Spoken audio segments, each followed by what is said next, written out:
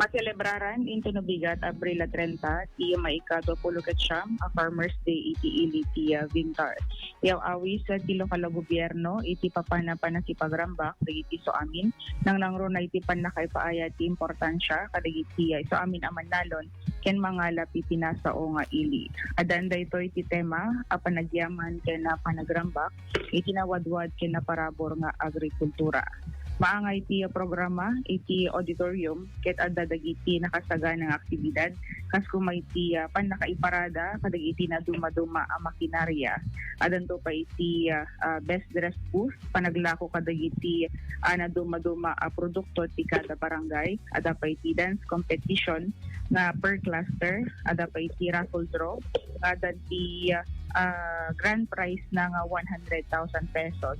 First prize, 80,000 pesos. Second prize, 60,000 pesos. Ada pa iti consolation prizes na 20, dagiti posible ang mga bak, iti 5,000 na pesos. Kaya na 30 ket dagiti mga bak, iti saga to 2,000 na pesos. Manang nama, ang mapadayawan to dagiti manalon ken mangalap, kas paset ti panakatalyaw, ti contribution da sa adlay nga iti beneg ti agrikultura no digit iti komunidad. Tamang iti Vintar, Kaduay 99.5 Basilawag, Idol John, Team Tatak, or